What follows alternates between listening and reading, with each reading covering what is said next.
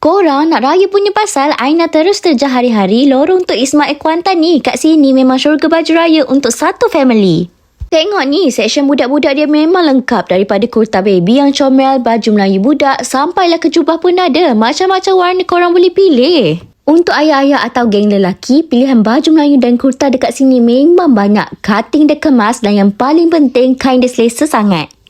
Geng perempuan jangan risau, pilihan untuk korang lagilah banyak. Daripada baju kurung budak perempuan sampailah ke lokasi baju kurung wanita yang elegan, semua ada dekat sini. Bukan baju je tau, samping untuk anak-anak dengan dewasa pun ada. Jangan risau, banyak pilihan songkok yang cantik dekat sini.